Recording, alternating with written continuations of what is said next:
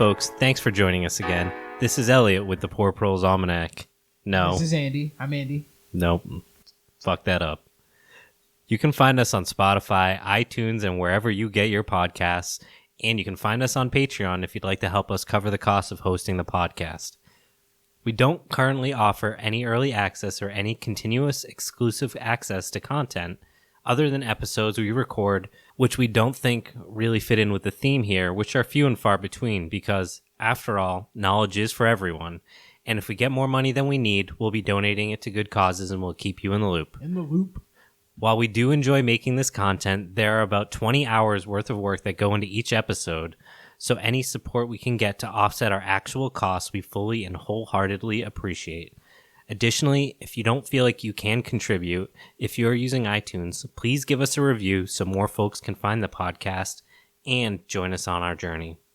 Lastly, we're on Instagram and Facebook if you want to follow us over there. Our handle is Poor Proles Almanac, no spaces. We generally post stuff on gardening, guns, ecology, leftist history, and a fair amount of original content memes, so it's a pretty good time. And if this is your first episode, we highly, highly recommend going back to the first episode of this miniseries, at the very least, and catch up, since each episode springboards from the previous content. This is the third episode of a miniseries that we are calling the ReImagining miniseries. The goal of this miniseries is to look at how we can reapply the world as it exists today in order to make a better world. We've covered, at this point, utilizing the urban space, how we define and organize community self-defense, and in this episode, we're covering the role of work in a new society. All right. So for this episode, we did a quick review of Peter Kropotkin's The Conquest of Bread. We're going to focus on that here for a number of reasons. The Bread Book. The Bread Book. It's very, I guess, is it infamous or is it famous? Yeah. Which one is it? Yeah, I have a master's degree in English and I still can't tell you that. Okay, so it uses the word anarchy and communism at the same time, so that's kind of frightening for some people. We're going to go ahead and take a look at it. I have no idea what any of those words mean until I started reading about bread. Bread Book. So today we decided to pick the book, The Conquest of Bread, because it's kind of a good framework textbook in terms of how we imagine and how we transition into something that arises from, what we're talking about, which is some kind of collapse. This short text is not only a great intro to anarchism, but is particularly poignant right now for a variety of reasons. First, it is extremely accessible in terms of language used, and it's also widely available online for free. So if you're interested in learning about anarchy, it's a really easy text to find and read without feeling like you're reading something that's 100 years old. I thought one thing that was interesting about the book right off the bat was reading it. Yeah. Okay, so right around the time he wrote this, I think it was published in 1892.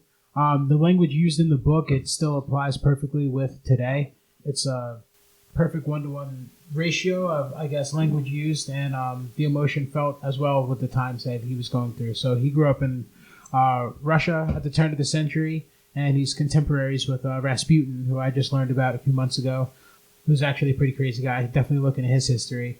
But they actually went in opposite directions. Rasputin was common born and started hanging out with nobles later in his life just by acting like a total rock star.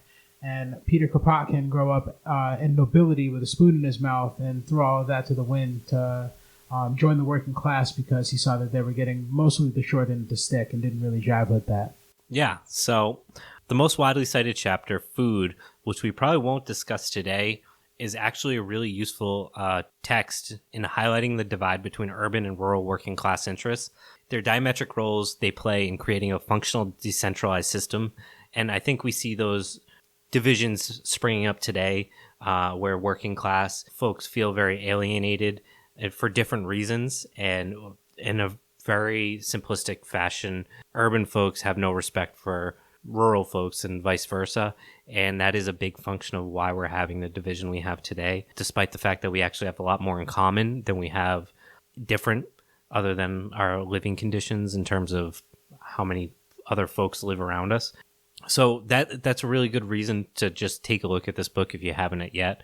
But we will talk a little bit about that division at some point because we're going to talk about the title, which is The Conquest of Bread, and what bread meant to Kropotkin for this text. So I have a question. So was this a division of urban and rural so much when he wrote the book, or was it so much difference between classes, sort of like we also have today now? So, generally speaking, urban spaces have always been more wealthy. Wealth was at least visible for folks that, even if they were working class folks in the city, because at the end of the day, the rich folks that lived in cities still needed people to take care of them.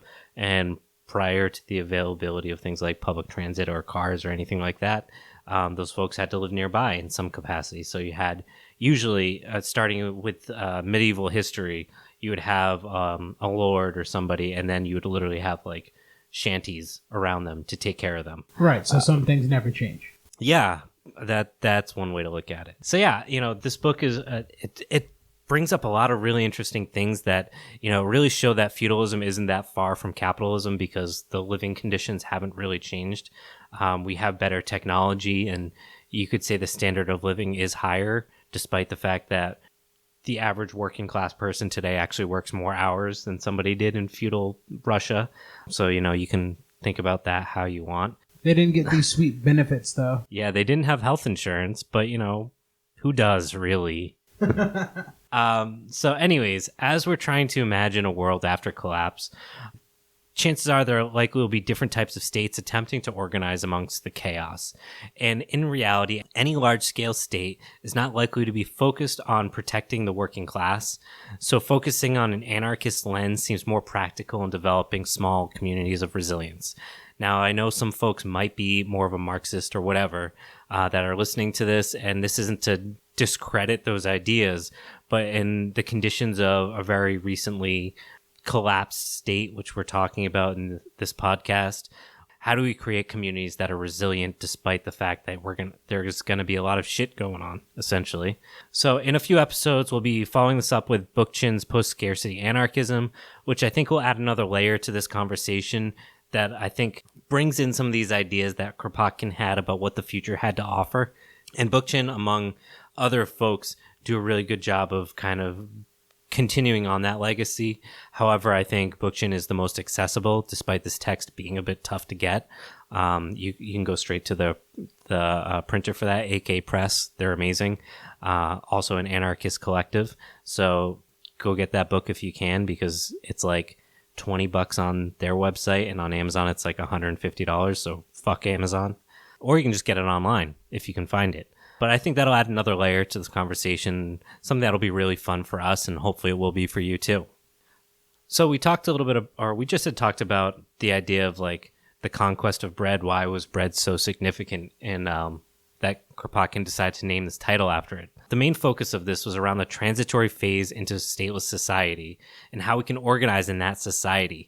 He argues that the failures of past revolutions stem from working class fear of scarcity during transitory phases, and the fact that when money becomes worthless, rural folks fear selling their goods in exchange for potentially worthless coin. He posits that true communalism functions when those fears are proven baseless, but it requires that the urban working class develop outreach to rural spaces and prove their good intent of a gift economy.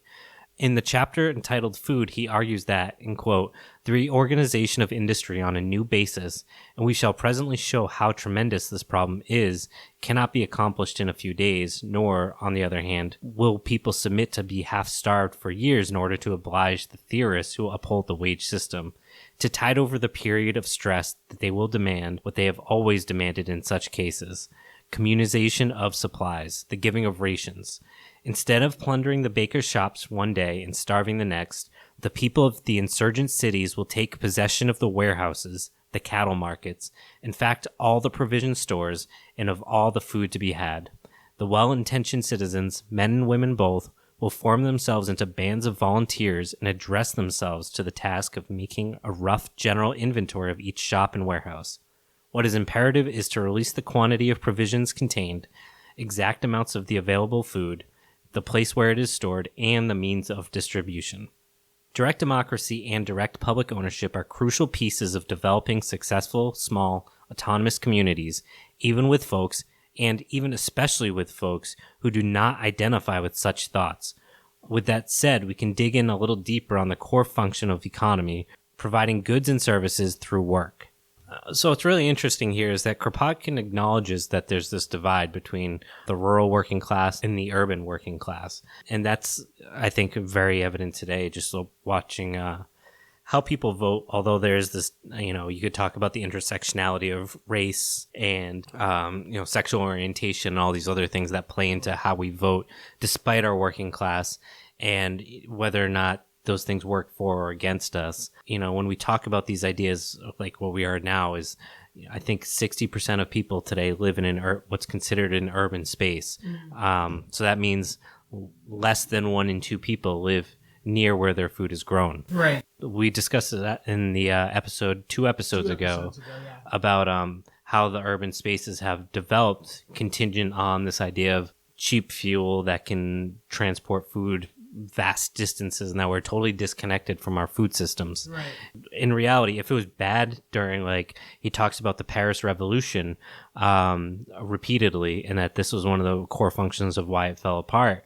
If it was bad then, when transporting food was by a cart on a horse or a mule, then when we're talking about if supply chains fail today, how can we supply food for urban spaces?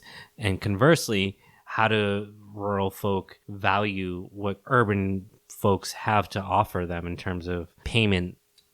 In reality, it was just, again, in this scenario, we're talking about if there's collapse, how do we provide for people that don't live in urban or rural spaces? Or if we are in urban spaces, how we help, or how we convince rural folks to support us? How do we make that goodwill transition? He makes the argument that ultimately it comes down to proving that we have these resources and that we're willing to share them with you.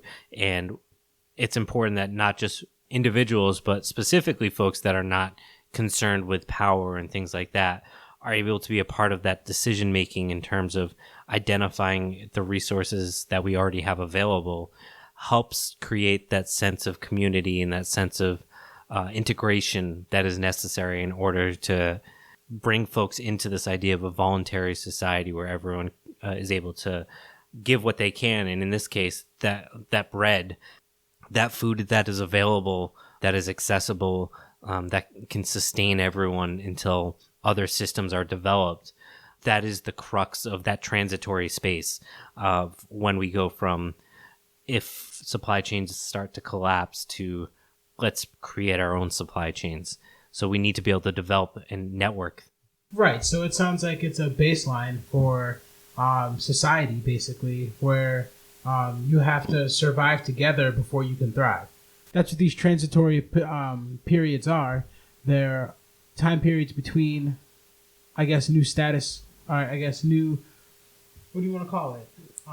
The new world versus the old. Right. Okay. So new ways versus the old ways. Post-collapse, pre-collapse. Right. Post-collapse, pre-collapse, whatever you want to call it.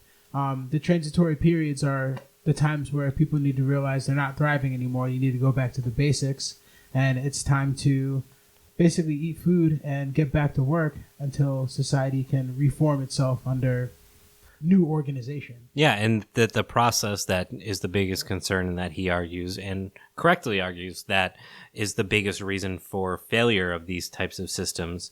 And again, I'll bring up the point that, a lot of these revolutions that he refers to, the folks that are involved and that have to reorganize their communities, in many cases, they chose that through their actions. In our case, we're kind of talking about an alternative situation. So the onus that was on them for starting the process, we don't have the luxury of, because we're not able to say we're planning or we're organizing for a specific thing. So we need to start building those networks into our rural, or if we're in rural places, into our urban communities.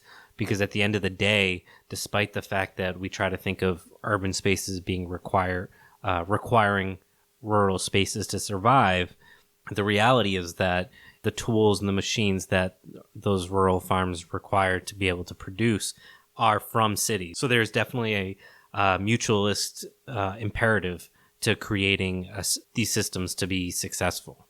Right. We all have to live together and we all have to work together. If everybody is going to specialize their labor and their work, then you're going to need to share the products you produce. Yeah, and if we think back to the first episode that we put together on climate change and complex systems, the benefits of complex systems is the ability for specialization. With specializations comes efficiency. And by creating more efficient systems and different layers of those systems, the whole economy, or in environmental terms, the ecosystem is more resilient by having these specialists. Right. And we don't want to lose that. Our goal isn't to dismantle that idea of people being specialists and being able to provide in the way that they best fit, but rather to show communal support for those skills that people have. And that brings us, I think, to our next point outside of that transitory phase about what Kropotkin has to say about work. What is work, and how do we develop an economy around meaningful work? So first off, he highlights the history of work. Further, he argues that every machine has had the same history, a long record of sleepless nights and of poverty, of disillusions and of joys, of partial improvements discovered by several generations of nameless workers who have added to the original invention these little nothings, without which the most fertile idea would remain fruitless. More than that, every new invention is a synthesis, the resultant of innumerable inventions which have preceded it in the vast field of mechanics and industry. End quote. What does this mean? This means that we, as the inheritors of generations past, have the right to those machines with the same inalienable rights we assign ourselves as we do today to spaces like public parks, to the fruit of our public research for vaccines, and so on. At the end of the day, we're standing on the shoulders of everyone in history, and because of that, we have every right to claim it as our own. Right. The fruits of their labors, I guess, should become ours and should become the basis and building block for the production that we are going to do moving forward. Yeah, and the idea of intellectual property, and that's really what it comes down to when we start talking about things like machines, that somebody owns something despite it having built on the shoulders of millions of generations of people that have put in the labor to create the framework that they were able to build from. That ignores all of their contributions to history. And without acknowledging that, we are able to create the system where somebody at one arbitrary point is drawing this line that says, at this point, now I own this, despite the fact all of these people have put their blood, sweat, and tears into it for so long. And when we imagine a new world, when we start talking about this idea of work, the first thing we have to understand is this idea of ownership in the way that we understand it when we talk about public space and industry, that it doesn't work. Because this basic understanding that everything that we try to create is based on what people have created before. The second that we impediment people from being able to invent because of this idea of ownership. So I guess for ownership, there's an arbitrary line drawn somewhere. Yeah, and it starts with patent law from Disney. That's really where it began. This idea of like we can draw a line of when people own things, intellectual property meaning. But even without that idea of intellectual property of machinery, to say the factory owner owns a piece of machinery, therefore we all work for him and we make him $100 worth of sweaters and we all get paid $2. That's fucked. He didn't do anything to contribute to that production. So the idea, what we're trying to get to here is, I'm trying to get to the basis of it though, because there's a chicken before the egg kind of argument happening here, where whoever has the capital up front owns whatever. But why do they have capital? That's what I'm saying. A chicken and the egg. How'd the capital get there in the first place? Because capitalism is a transition from feudalism. So it's the Lord's money, just with obviously, exceptions that people exist and, fucking are one in a million, but, that's whatever. To kind of bring this back home, I guess, to this idea of the podcast is what we need to understand is that when we look at things like if a community is left to stand for itself, we can't acknowledge the concept of ownership of the means of production to provide for people within a community. If there's one, I'm going to pick on sweater factories because that's the only thing my brain can think of right now because we've been drinking. So if there's one sweater factory in town and people need sweaters, like fuck the guy that owned the sweater factory. Everyone needs a sweater. Like we provide the means, or we provide the labor for that production. and whether it's people growing the cotton, whether it's people manning the machines. Why is somebody getting paid? Or why do we have to listen to some person that claims to own that equipment despite not working it? I guess I don't know. We come up with this rationale for ownership as if it was their idea to come up to make sweaters, then they own all of the sweaters that are produced. And fuck that guy. I guess it's set his house on fire. When you say it out loud, though. Yeah, well, yeah. Anyways, to bring it back to what we've been trying to talk about, this idea of like, how do we build a post-collapse society? We have to keep these things in mind that, you know, we have these very complicated relationships with things like employment, with or the resources that we have. Again, we have to understand that they were built on the shoulders of our ancestors, that because of that, we own a piece of that, because of the fact that the millions of generations that have passed to provide us with the resources, the technology, the knowledge to create the civilization we live in today. Our job isn't to cast that away. The idea is that we should be using those resources to build the best possible life. For folks that have kids, I think when we look at our child, we don't think about, I want you to be an accountant so you're successful. You think, I want you to have the best possible life. And when we, in a capitalist society, those things become very intertwined. It's hard to segregate those details of what is a successful life. It's scary, the amount of people that I feel like I talk to that they understand their value or contribution to society based on what they did for a living. Sure. And they can't tie their personality away from who that is. Right. Somebody asks, like, who are you or what you do? Usually the first thing people say is their career or whatever they do for a living. Tell me about yourself. It's like, oh, I'm an accountant and blah, blah, blah. And it's like, well, yeah, but what do you do? And that's, I think, one of the problems with boomers today retiring, and this is a total tangent, is that a lot of them retire and they don't know what to do because they've tied their identity is their work. And when they take away their work, they literally don't know what to do other than be on vacation because they need a break from work. And now it's like, well, you're not working, so what do you do? And they don't know what to do. Right. They don't know how to live their life, and so they just try to do this endless vacation thing that just gets old fast, and they also end up poor. All downhill from there. Yeah. So, our first part of the reason why I wanted to bring up this text is because we really need to talk about what is work, and how do we value it in terms of both the physicality of it and the communality of it. To transition, Kropotkin has a chapter entitled Anarchist Communism, which argues for the idea of a working class solidarity, international working class solidarity, and predicts the increasingly interconnected nature of global economics, which accelerates development because of access to different types of skilled labor, which again refers back to that idea of chaos theory of complex systems, that with better specialty is better efficiency.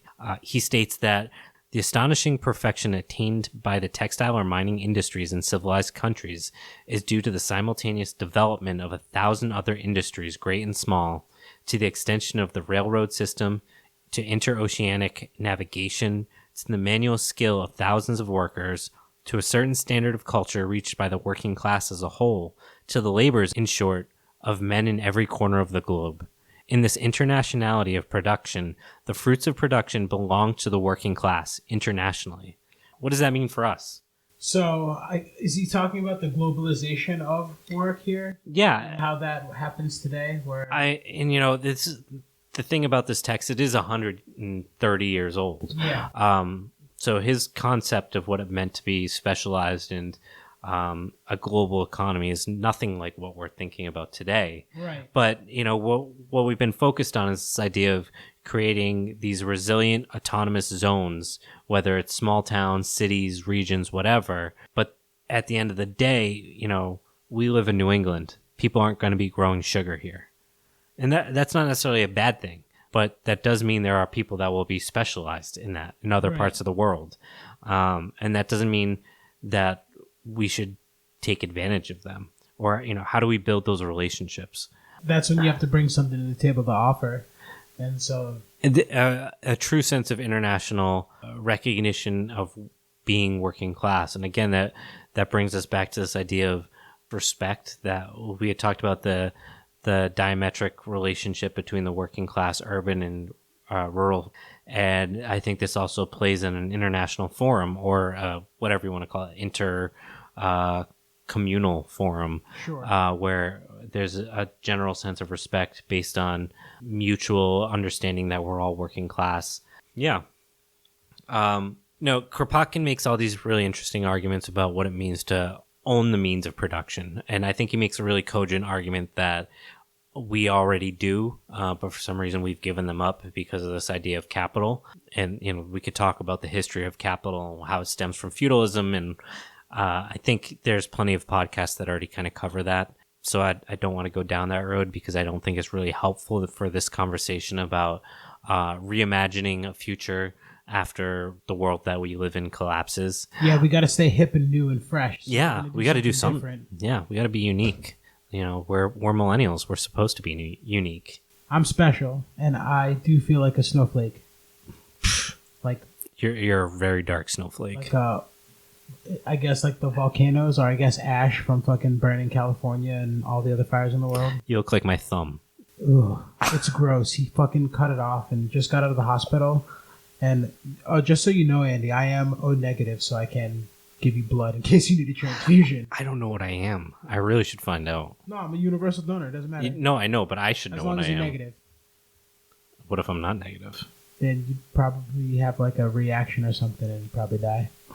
Oh, well. I don't know if they can take out bad blood. Like, I've never seen them do that. I know they can put blood into you, but I know they can take out bad brains. I've never seen them take out bad blood. I don't know how they do that. Yeah. Bad Brains is great. Great band. All right, let's finish this. I don't even think we're close to finishing it. But anyways, so I want to talk about something that came up this past election because I think it really plays into a lot of what Kropotkin argues in this text. And that has to do with Andrew Yang. And I don't think you probably expected that.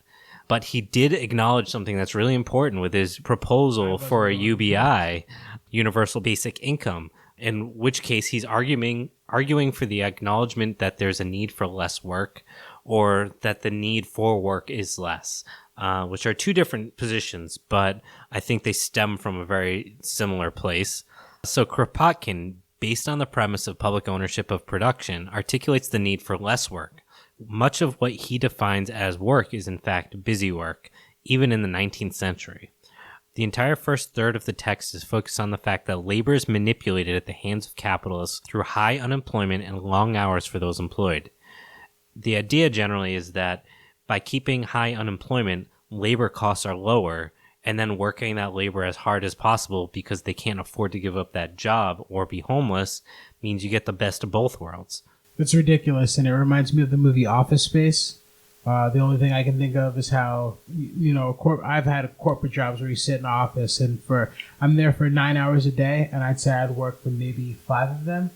And that's generous. I gained a whole lot of weight because I would just eat and dick around for the rest of it. And I don't know how there could be a need for less work with more people. That sounds like it's a flawed system, so we should probably figure that out and figure out where to put that wasted potential. Like the human element is something that's kind of wasted right now with high unemployment. And even with low unemployment, like most people are working 2 jobs, but they're fucking useless jobs. Right. And, we always talk about this idea of or rather Republicans will make this argument that higher minimum wage will erase minimum wage jobs. And it's like, that shouldn't be a fucking bad thing. Like, it should be a great thing that we can automate a ton of work away so that people aren't fucking dicking around at a cash register for minimum wage. But the reality is that the benefits of that only go to a privileged few. And this is not something that's new. The entire first half of the text, like we just said, is focused on this idea of manipulating the working class through using unemployment and long hours of wage. But a significant portion of this work is based on maintaining class systems. If you guys are into TV, you probably watched Downton Abbey, and the Lords make this really legitimate case that at the time, without those rich people, the laborers would go hungry because of lack of work. And when we say lack of work, that doesn't mean meaningful work. It means work for money. The first episode that we did with this podcast, we had talked about this idea of detangling this idea of net positive from profitability, and that it's more profitable to grow cattle in Brazil, have it shipped to China to be packaged to then be sold in the US than for a cow to be grown 10 miles from your house. Because money, just because of the way our economic systems work, efficiency in economic terms does not translate to efficiency for society. And I think that's a very important thing that people need to learn to delineate. This is not a flaw, but it is a function of capitalism and its precursor, feudalism. Without fear of starvation, workers will not work for less than a dignified, what we call now a living wage. So if we were not to have our labor siphoned off to build another yacht or to maintain, these ridiculous yards and various toys of the rich, we are able to apply our labor to meaningful practice, whether that means bettering our soil to carbon capture, the damage we've done, to decentralizing our food systems, which may be economically speaking less efficient, but despite that also exponentially better for the environment, to educating our children and creating a world that is based on betterment instead of the enrichment of a select few. The reality is that we can focus our labor on important work that enriches the lives of those around us while enriching ourselves, instead of following that which creates more wealth and plunders the planet for short-term gains. So how do we get people involved in, I guess this chapter is about how we get people involved in meaningful work. Yeah. And so that would, I think he gets into the, hang on, I gotta take a look at it, and objections, in the objections section of the book. People will argue, like, if people are too lazy to work or if nobody is willing to work. Oh, we're talking about that later. Don't even worry about it. I'm getting into it? Okay. Yeah. Sorry, we'll save that for later. But I do want to talk about this because I think it's important, this idea of meaningful work. When we talk about this idea of meaningful work, it's really important for us to disconnect that from wealth creation. Right. And when we dismiss this idea of creating wealth for people that don't need it, creating wealth for folks through shit like, I'm going to pick on, like, how old's your refrigerator? About 10 years old. Okay, mine is like 3 and it's already having problems. Oh, they don't make them like they used to, which is still a saying, I think. How old am I? I don't know. If you're as old as I am, too old. The point is that, like, this idea of planned obsolescence, if we were to spend marginally more money building products like refrigerators, which would create maybe not more efficient products, but products that last longer, we would remove a lot of waste into the planet. But it would be less profitable. But for the planet, for us as consumers, would be better. In terms of what we're talking about, in terms of this idea of post-collapse, where we're not building refrigerators, we're trying to survive. Folks that are working those meaningless jobs of producing refrigerators that don't need to be created, those people they're focused on doing things that are meaningful. Yeah, it's getting rid of busy work. Yeah, and the idea of, like, folks that say, I would love to be a teacher, but I can't afford to live on $34,000 a year or whatever it might be. Those people should be fucking teachers because we need them, and we need people that do meaningful work. They should be teachers, not fucking teachers. But yes, I know. I mean, they could be fucking teachers. I mean, teachers are people too. They are, but are they? I used to be a teacher. I know. I still don't think you're human. I've never seen your belly button. I can show it. All right, we'll do that later. It looks like my thumb right now. No, God. Moving on. So, the idea is that if we were to transfer the labor that goes towards meaningless work towards meaningful work, even despite the loss of efficiency by creating smaller systems, it would be more than offset because of the fact that there's so much labor being put towards things that are not beneficial for the average person. Like, it doesn't matter that there's fucking 10 more yachts for Zuckerberg. Like, it doesn't affect us at all, other than if you happen to be working on one. But if you were doing something else, cool. Like, it would be a net positive for this small town to have an electrician, not working on a yacht, but, updating the electrical grid or whatever. So Kropotkin's conclusion, why is that fucking name so hard? It's difficult. I want to call him Crackpotkin. I'm Italian, like, crazy. We do a lot of vowels. Like, I'm not used to this. Kropotkin. Yeah. His conclusion, Kropotkin's conclusion is to develop a framework in which these conditions are not possible. He also points to much of the right, or as we now think of them as the right, as a response to recognizing the failures of this system, and that the far right, what he calls the development of individualism, is a response to recognizing the failures of the system, even if the folks cannot or will not articulate this particular position. He argues in the chapter Anarchist Communism that, in quote, we hold further that communism is not only desirable, but that existing societies founded on individualism are inevitably impelled in the direction of communism.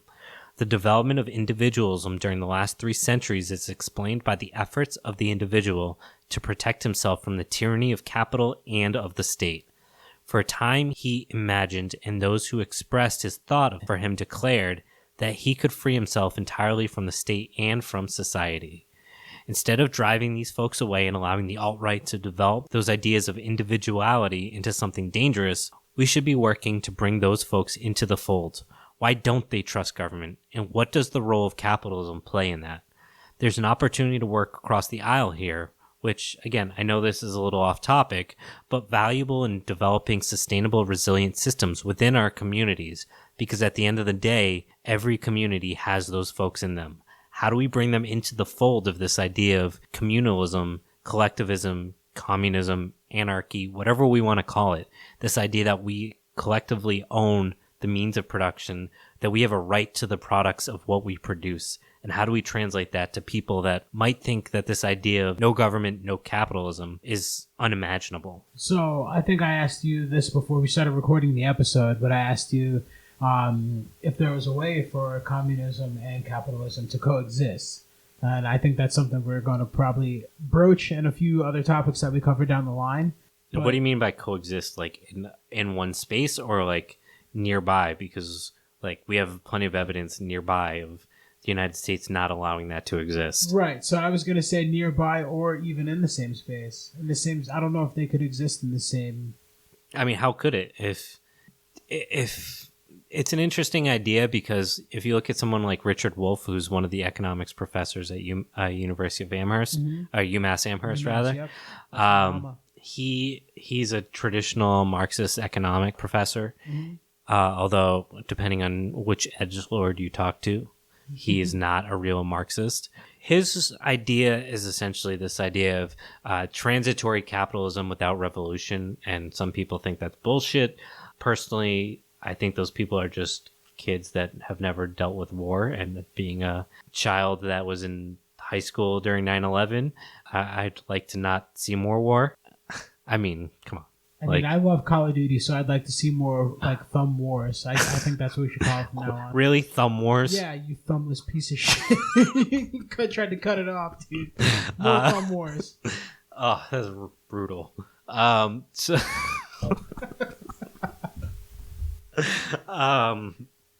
His idea is that by building models of cooperatives, we can challenge capitalism without having to literally burn everything down. But as we've seen probably in the last few weeks, capitalists will literally do anything in order to not be challenged. Hopefully he's right. I would like to see that. It's much better than the world we're talking about, where we're trying to figure out how we're going to get fucking bread. And pick up the pieces, yeah. But if you are not familiar with Richard Wolff, check him out. He's brilliant.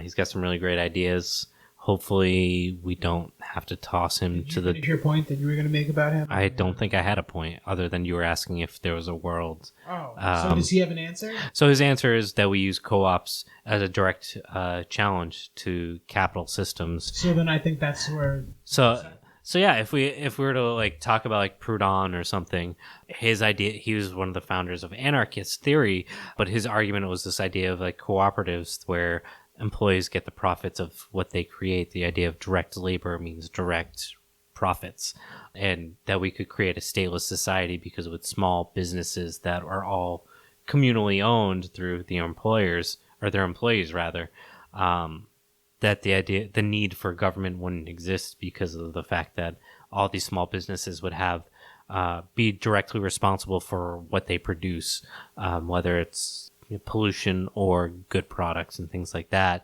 and that having that direct responsibility. You know, at the end of the day, the anarchist theory is about direct democracy. Sure.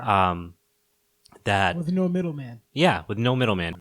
And this is getting a little off topic, but that we tend to think that markets are synonymous with capitalism, and that's not the case. And literally, you know, if you were to talk about like what is the vulgar term, the literal term of capitalism, what we're saying is capitalism is investors profiteering off of the labor of other people, not directly doing the labor, but providing the means, whether usually through financial investment for production.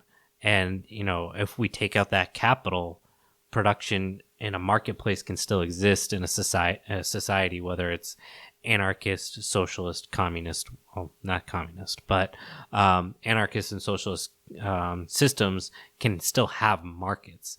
And this is totally off topic. I don't even understand how we got here. I do. I'm going to bring it back. So okay. We were talking about Andrew Yang and the UBI. So yeah, Andrew Yang is an interesting, I don't know, anomaly in terms of policy. He seems like a good dude, but he's fucking dumb as shit. But somehow stumbled. Like get him. Yeah. Okay, go get him. No, he genuinely seems like a good guy.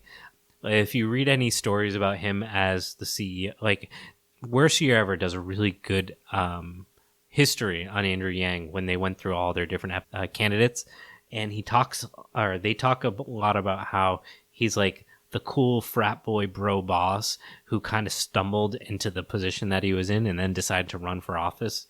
And at some point along the way before he got there, the idea of a UBI became like, oh yeah, that makes a lot of sense. Like technology is making things more efficient, so people aren't going to be able to have jobs in the future. And like, that's pretty common sense.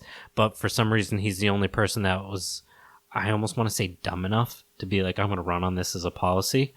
Not that it is a bad policy, but it's so out of the realm of American politics that it was just kind of like this weird, like, oh, let's watch this dumb guy do this thing.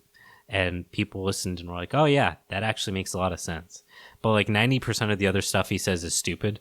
Like That's awesome. Again, he seems like a really good, nice guy, but he's not as smart as you think he is because of the fact that he's like some Asian tech guy who stumbled into a really good job for a company that got bought out after having a small company that got bought out, and just kind of being at the right place at the right time. All right. So his platform, or I guess one of his main sticking points for his platform for running was the UBI. Yeah, and that's something that came up in, was that the 2016 election? No, 2020. It was only like 18 months ago. I know it seems like it was like we were in high school. I feel like I've aged at least 5 years. Yeah. Since then. So, anyways, to get kind of, I guess, back to really? Yeah. Jesus Christ. Man, I'm blown away by that. So the idea of UBI is very kind of basic in that we're acknowledging that as technology evolves and things become more efficient, labor needs are less. What one person or what required 100 people on a factory line to do 30 years ago now is one guy. Not to go into my own work personally, but one of my clients is a very big contractor, and they have these multi-million-dollar robots that now are replacing factory lines. And they're having huge problems with the union because the unions don't want to be replaced by robots. And that's a fucking fair point, because all that's going to do is our shareholders are going to profit from it, whereas the workers are going to lose their union jobs. I mean, that's fucking bullshit. The point being is this is not something that's new. This is something that even in Kropotkin's era, he was talking about being a problem, that a technology then fostered unemployment, and that we don't value meaningful work without the profitability piece, and that, you know, if you walk around the streets in this trash, no one cares that you cleaned it up. But it's still something that should be done and is good for the collective good. But if nobody's going to pay you, then like you still starve even if you did that. Right. And that's really fucked up. And the idea of a UBI is acknowledging that we produce way more than what our wages are, and that ultimately the limitations of what's available for wages will no longer be enough to keep most people in a position where they won't be destitute. the basic idea is that, I wanted to bring this up because Andrew Yang he's found a very weak spot in capitalism's very shiny armor, taxpayer funded.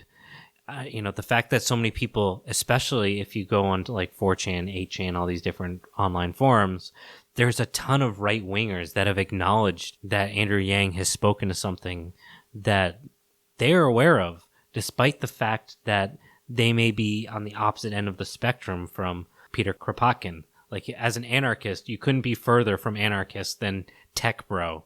And all these guys that are also kind of the opposite of that in some weird triangulated relationship, these alt-right teen young white boys are like, this makes a lot of sense.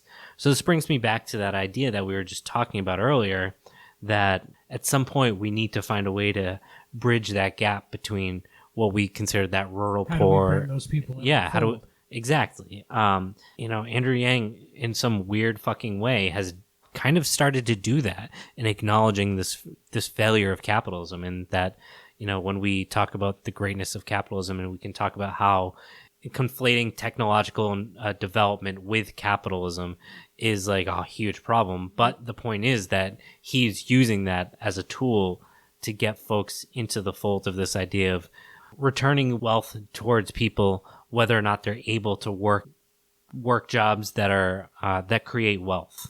Okay, so I guess it's bringing me to the question that I asked earlier, where capitalism and communism can coexist in the same space. And it sounds like with the UBI, they're addressing the basic needs of people that aren't being met with their wages. So they're going ahead and I guess, bridging that gap and then going ahead and sticking with capitalism. But the problem is that UBI isn't sufficient.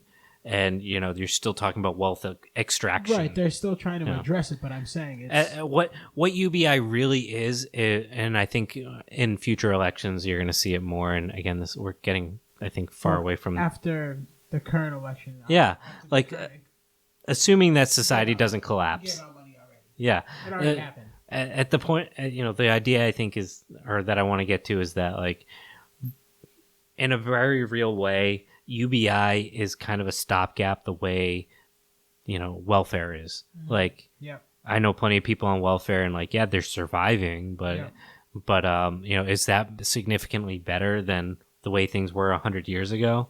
I mean, right. And also with welfare and our UBI, are those supposed to be in place for, indefinitely, or are those supposed to be, like they are, bridges to something better? Yeah, well, the problem is, again, we're talking about this idea of segregation of work. There's plenty of meaningful work that exists out there, but people are not able to do it because they can't get paid enough.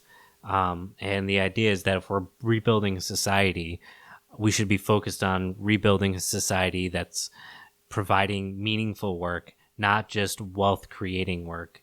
And that meaningful work is a net benefit for all of society. And there's a lot of things, so obviously I'm into farming. One of the biggest concerns, or one of the big arguments right now in the agricultural sector, is around what's called regenerative agriculture, which we'll talk about in a couple episodes. The basic framework of that conversation is that regenerative agriculture is focused on building better soil, but does it slightly, and the big argument is, how do we make it more profitable so that it can compete with traditional ag? And the short answer is that it can't. The long answer is that eventually it will, because we're going to run out of minerals in the ground. Right. It's the same thing as large corporations and cities offsetting their carbon footprint by paying for it. Eventually they're going to have to do something better. Yeah, you can't just keep paying for it. You're going to run out of people to pay. Right. And that's the same idea with this idea of regenerative agriculture, is that it's kind of, the argument is flawed because it's focused on profitability, because profitability doesn't take into account what's considered in economic terms public good. And that part gets dismissed so often. Like, going back to this idea of UBI, is that it may be a stopgap, but it doesn't acknowledge that public good component of it. So that's kind of where capitalism can't coexist peacefully with any other alternative state. And I mean, there's a very long conversation you can have about capitalism needing new markets to exist, and that the past 70 years, the reason why capitalism, our parents, for example, they lived through the greatest wealth growth in history of the entire planet, is because cheap fuel made it possible to go into new markets. And now there's no new markets because every continent has been Americanized. Completely Yeah. saturated. Yep. So, the idea of people tell you, oh, invest your money in the stock market, you'll have 10% growth. That's the average growth rate over the last 30 years. And it's like, well, yeah, there's no more Zimbabwe's to fucking drop a McDonald's into. Like, those days are gone. And the reality is that capitalism doesn't grow that fast because... Let's make new ones. Let's make new Zimbabwe's. Yeah. But, yeah, we've gone very, very off topic. Where are we? These notes are... So later on, he talks a little bit about what we should be striving for in terms of how we access work in a chapter called Expropriation, in which he argues that, and quote, what we do want is to arrange things that every human being born into the world shall be ensured the opportunity in the first instance of learning some useful occupation and becoming skilled in it, and next that he shall be free to work in his trade without asking leave of master or owner, and without handing over to landlord or capitalist the lion's share of what he produces. In short, this gives folks the autonomy to use and develop their skills and interests into meaningful work that is beneficial for both themselves and for their community. What is community, and how does this play into our idea of work? I think we've covered this a little bit, but he also says that, in quote, today the United City has ceased to exist. There's no communion of ideas. The town is a chance agglomeration of people who do not know one another, who have no common interest, save that of enriching themselves at the expense of one another. What fatherland can the international banker and the rag picker have in common? End quote. And, it's crazy because this is 130 years ago, and I feel like our parents would say, well, we used to know our neighbors, but even 130 years ago, he was saying we didn't really know our neighbors. No, everybody was too busy working. Yeah, and we might know them superficially or maybe within an immediate distance. But at the end of the day, the idea of understanding our community in terms of outside of the class structure that we have, our neighborhoods, my neighborhood is full of people that have similar work. They're generally white collar. That is not the case everywhere. And places where they're primarily blue collar, those don't overlap. And that's part of how the system is designed, that we're segregated in that capacity. When we talk about, or when he talks about this idea of work and community, the focus is that we need to build those communities, much like we were talking about building those relationships between urban and rural spaces. Though we also need to do it in a much localized form of that, where there needs to be more sense of collective community across the spectrum of types of work. Right, and I think Kropotkin addresses it in his book. He goes over manual labor versus what he called brain work, and the differences between the two, and how one is valued over the other, and one became more preferable than the other. I think that we can kind of use that as the ruler to measure against the rural and urban spaces like we were talking about today.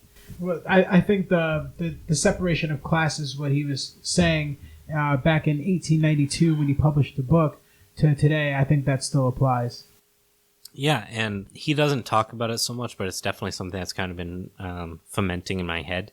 This idea of like developing a matrix of skills. So it's not just like we're talking about everyone generally like... It'd be like an updated aptitude test that they used to give. No, like... no, like... Tell people you're going to be a janitor. Oh, you don't want to know what I got. I do now. Was it going to be...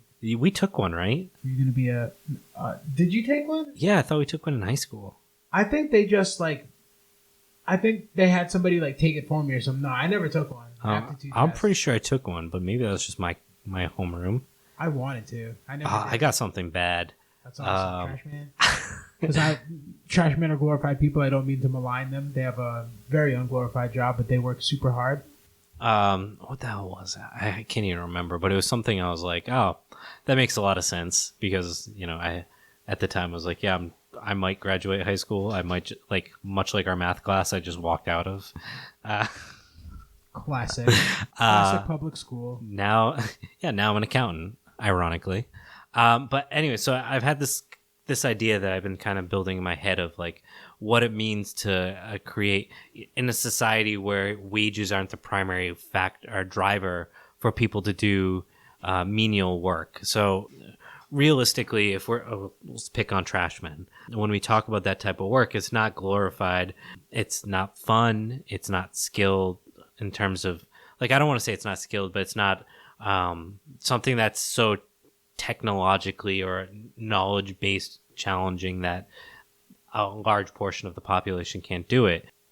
This idea of developing a matrix where conversely between skill set and desire to do that type of work, there would be a band of hours. So, for example, let's just say the average work schedule is like 30 hours a week. Just for example, just to make this simple. Jobs that are low in demand, like there'd be double the amount of positions, but everyone would only work 15 hours. Right. So instead of being focused on the monetary gain, there's a different benefit to doing that type of work that doesn't create class division and things like that. Sure. So that's a different way to separate labor in a meaningful way. That's not based on wage, and I think that's one of the hard parts that people will have using this to imagine how to apply this to the world today. I guess we are just used to wage work and used to being told that the value of our work is based on a random quantifiable number, our arbitrary quantifiable number. Which is really just based on how much wealth extraction there can be, especially compared to the type of work, because very desirable work, for example, even if it is in demand and they're able to draw a lower salary because people are willing to do it. Right. Interesting.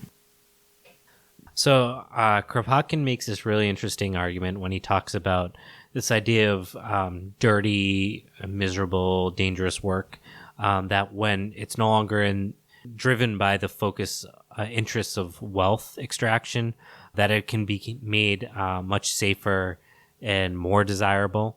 He makes the argument, and quote, "A factory forge and mine can be healthy and magnificent as the finest laboratories in modern universities, and the better the organization, the more will man's labor produce. If it be so, can we doubt that work will become a pleasure and a relaxation in a society of equals, which hands will not be compelled to sell themselves to toil, and to accept work under any other conditions? Repugnant tasks will disappear because it is evident that these unhealthy conditions are harmful to society as a whole." This motherfucker predicted the Roomba. Sure. He's basically saying, anything that's unenjoyable to do, we'll just go ahead and phase it out with technology and let the humans go ahead and continue the meaningful work, whatever that is. Yeah, I mean, I think it's a mix of that and also acknowledging that, like, the working conditions for a lot of people don't need to be as bad as they are. The main reason why those working conditions are so shitty is because of the fact that there's no financial interest to improve them.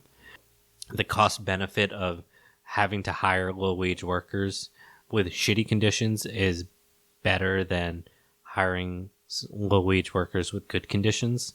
Much like you would look at like a Walmart and say, well, if you have to hire people every 3 weeks because people keep quitting, maybe you should just treat them slightly better so you don't have to keep fucking hiring people.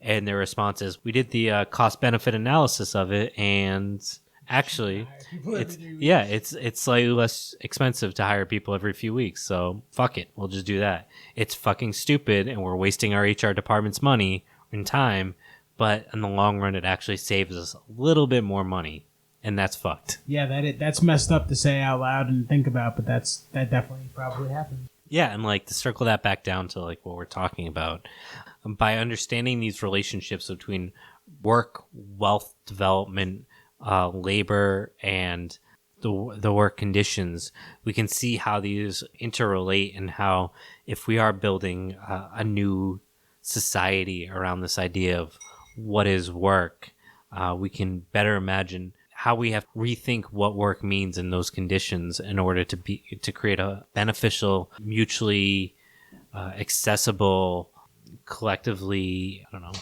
happier society.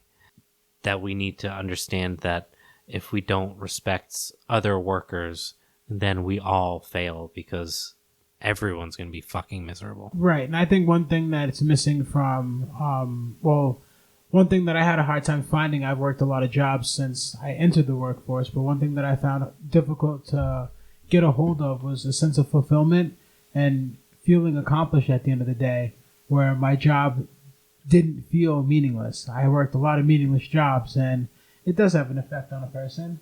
But when you can find meaningful work, it does make you happier, and it gives you a sense of accomplishment, and it gives you a sense of pride, and it makes you ready to go into work because you know you're going to put in a hard day's work and get what you need out of it. Yeah, and especially if you know it's going towards the collective good, I think that is helpful in knowing that even if you do have some kind of menial bullshit job, that it's like, yeah, this sucks, but it is for the betterment of everyone collectively. I think that also has, when you have a meaningful life outside of that work, it helps dull the pain, I guess you could say. And he does talk about volunteer work as well. Yeah, and actually, before we get there, I do want to talk about the idea of, I guess, the biggest fear of capitalists and what, the big boogeyman they love to give us, which is that if we give people stuff, they'll stop working, which Kropotkin tackles head on and makes some really fucking basic cases of why that's complete bullshit. And I'm going to just do a giant quote from him because he says it better than I can.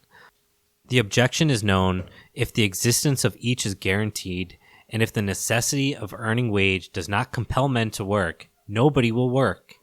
Every man will lay the burden of his work on another if he is not forced to do it himself. They fear that without compulsion, the masses will not work. Have we not heard the same fears expressed twice before?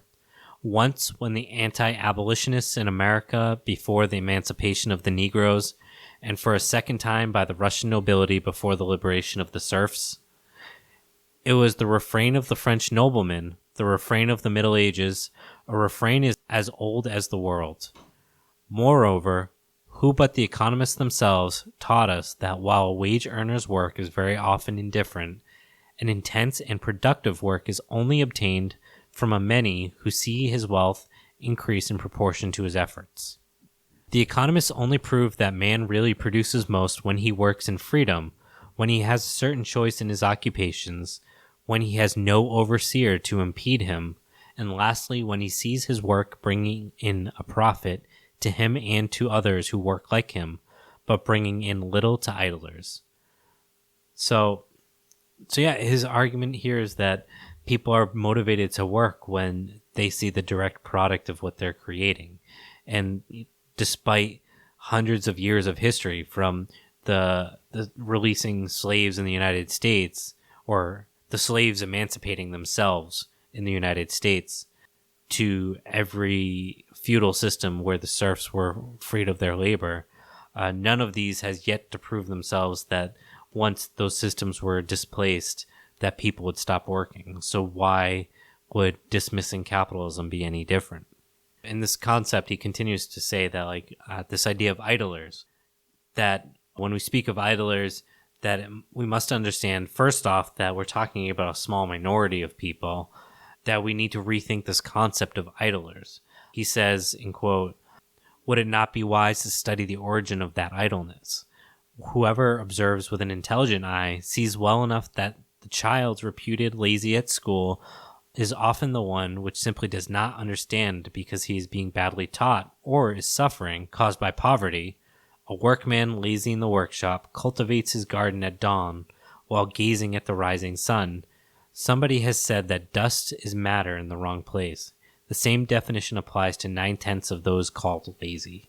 So I guess that's trying to address the issue of, or I guess separate who is actually lazy and who has larger problems, whether... Yeah, and I think this goes back to the idea of meaningful work, that most people will do meaningful work. It's human nature to want to be beneficial to the people we care about. Nobody wants to be a drain on the people we care about.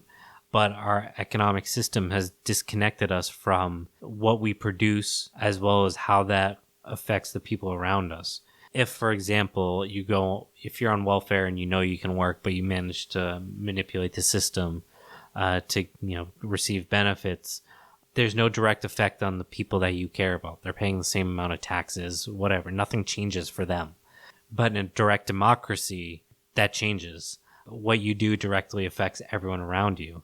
That sense of autonomy you have is directly correlated to the folks around you, which creates different types of direction in terms of helping folks acknowledge why they should work and also helping them be driven to find meaningful work. Right. So having meaningful work, it gets rid of the sense of entitlement, basically.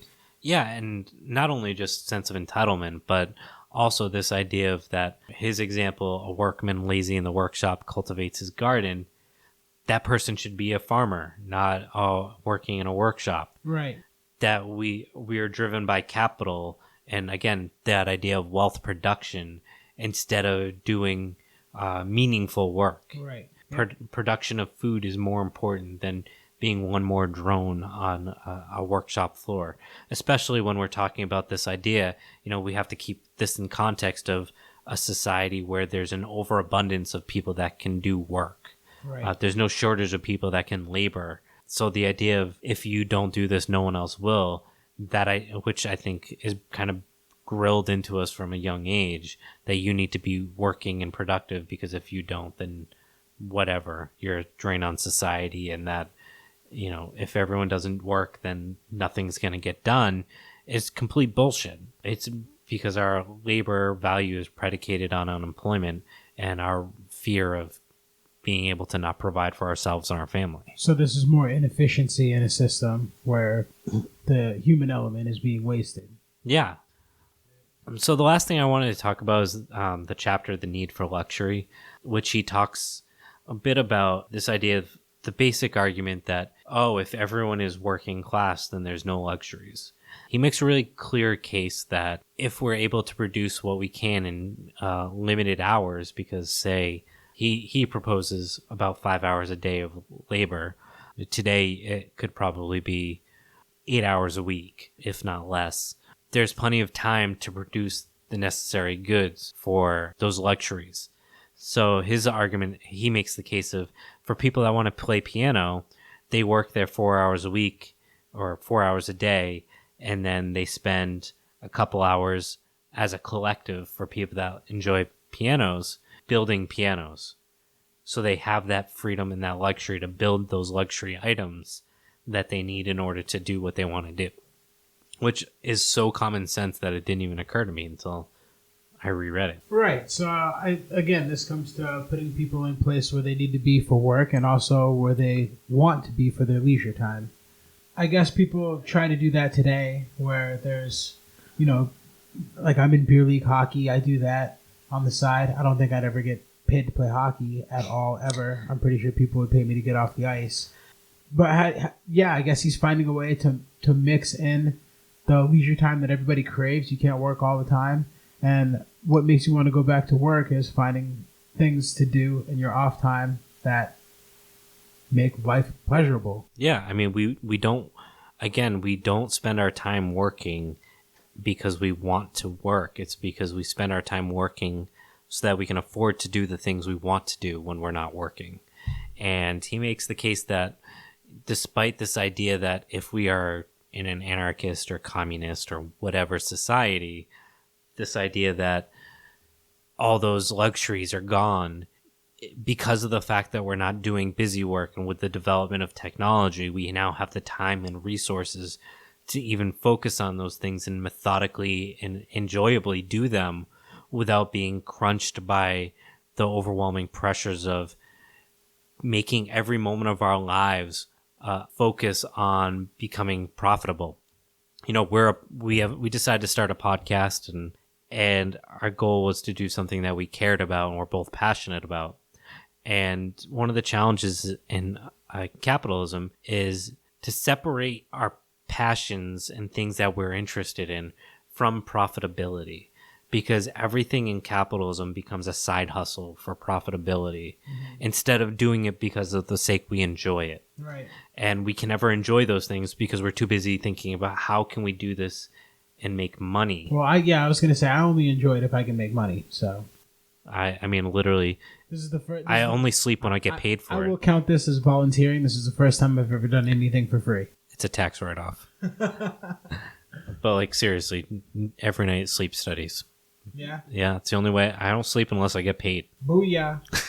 That's nice. I'm gonna take that in account. But yeah, the idea of like if you Google like starting a podcast, the first things that come up is how to make podcasts profitable for you, because nobody can do things with the idea of like doing it for the sake of doing it because I want to do it and I enjoy doing it. The idea of doing things because of an intrinsic value and not for this idea of wealth creation. Our society is so fucked that we can't separate those things. And what we're trying to do is talk about a society that we don't do that, where we do things for the sake of enjoying them, not just the result of them, but the process of them. Everything that's involved in creating something we're passionate about. We can enjoy it because we're not thinking about this is taking time away from when I should be at work, making more money, overtime, or how do I profitize this so I can make more money? Wouldn't all of that be nice? Making money? No, just this whole reimagining. Oh. It all sounds very nice. Yeah, I mean, for a post-collapse society, it doesn't sound too bad. As long as there's hockey, I'd be okay with that. Do you think we could produce hockey and beer? I think we have the technology. The beer would be pretty bad and the hockey would be worse, but I'd be pretty happy with that. I mean, I got hops in my backyard. I grew some two-row a couple years ago. We could do it. I'm not worried. Let's get it done, dude. Let's re-civilize, reestablish. Yeah, that's the idea. Is like we have the power, we how have the technology. Yeah, if shit falls apart, which I think, just based on this past week of fucking news, it seems to be escalating exponentially every week at this point. And the president is openly talking about the fact that he won't acknowledge the results of the election if he doesn't win. And the question is how... You called that on an earlier episode, too, if you didn't... Yeah, if you're a Patreon, you would know that because, everything's about making money. Sure is. Go check that episode out. It's just expensive to host a podcast. So you probably notice if you go on our Patreon, which I'm not plugging at all right now. On there, I am. Okay. I didn't do it, though. The whatever they're called, the levels are very low, and we don't really offer anything other than when we record episodes that we look at each other and say, do we want to really release that? I was pretty stoned during that one, so I don't even remember what I said, but you should definitely listen to it. Yeah, it was mostly about the election, our predictions for it, and so far we've been pretty fucking accurate. So anyways, if you want to follow us on or contribute to what we're doing so that we can afford to keep hosting this, because it is expensive and we do enjoy doing it. Go check out our Patreon. We talk about stuff there occasionally. Not at this point, occasionally means once, that we don't post here. We'll do it more if you like it. Yeah, we can talk and drink. Like we're pretty good at both of those things. At this point, I think we've kind of covered the idea of the conquest of bread and how it relates and provides us with a framework for how we should be thinking about a new society and how we can view work separate from this idea of wealth development, because wealth creation isn't that important in a society that has limited resources, especially one that's trying to recover from the destructions of capitalism, decimating the ecology of the planet. So one little side note, we live in Massachusetts, and if you go through the Massachusetts Department of Wildlife to see what's edible in your ponds for fishing, every single pond within a 30-mile radius of my house, for example, is there's no fish you can eat that you can eat more than once a month because of the chemicals in the ponds. So yeah, capitalism hasn't been great to the environment. That sounds awful. You can't even eat the fish. Yeah. And that's freshwater. Yeah, and so I guess saltwater might be better, but still, just the general idea that like things that were taken for granted 300 years ago, we've managed to make it totally incapable of being used in 300 years. Yeah, we got to fix that. Yeah, so we got to reimagine the shit out of that. Yeah, so capitalism has fucked everything over, and we're trying to figure out kind of how would we reimagine a world in which we can re-understand. I want to stop using the word where we can unimagine the shitty reality. This shitty fucking system in which we trade our labor for 8 hours a day so that we have just enough food so we don't starve and we rely on credit cards when bad things happen. Yeah, I just quit my fucking job today. Woo! But it's okay. I'm starting another one on Monday. You got a whole weekend off? Yeah, I got 2 days off in a row. Well, fuck you. It's amazing. I'm going to sleep. What are you, the 1%? Yes. All right, I have more drinking to do, so let's end this episode. Thank you for listening. Peter Kropotkin and the Conquest of Bread, a.k.a. the Bread Book. This dude is awesome. Turn of the century. Read up on his shit. Read up on Rasputin. They're both crazy motherfuckers from Russia. And if they could come up with these ideas at the turn of the century then we can come up with some new ideas on how to fix the shit show that we're in now. Yeah, and I think next episode we're going to be doing... Zapatistas. Yes, we'll be talking about the Zapatistas. I haven't gotten my assigned reading yet. Yeah, I mean, I just handed you the... It's a big-ass book. It is a big-ass book. You're going to make me read all of that? No. All of these podcasts sound like book reports. I'm sorry about that. I'm trying to get better on it. Andy's pretty much read all of these books, and I'm just sort of reading them, trying to get the gist of it. I mean, I have to reread them. Do you? The last time I read these was like a decade ago. Wow. All right, let's get the hell out of here. Let's go do some drinking. We're going to do the next episode. I don't think we have a schedule for it, so we've been pretty much doing every 2 weeks. Every 2 weeks or so. So that'll be the next for this mini-series. I will probably be also dropping another episode on grazing management for you people that are interested in that regenerative agriculture I was just talking about. It's going to probably be a 3-part series on regenerative agriculture systems, specifically in terms of grazing systems. It's a lot, so I'm trying to make it as palatable as possible. So hopefully you guys enjoy that. Until then, enjoy this episode, and we'll be in touch in a week or two. Peace, nerds. Bye.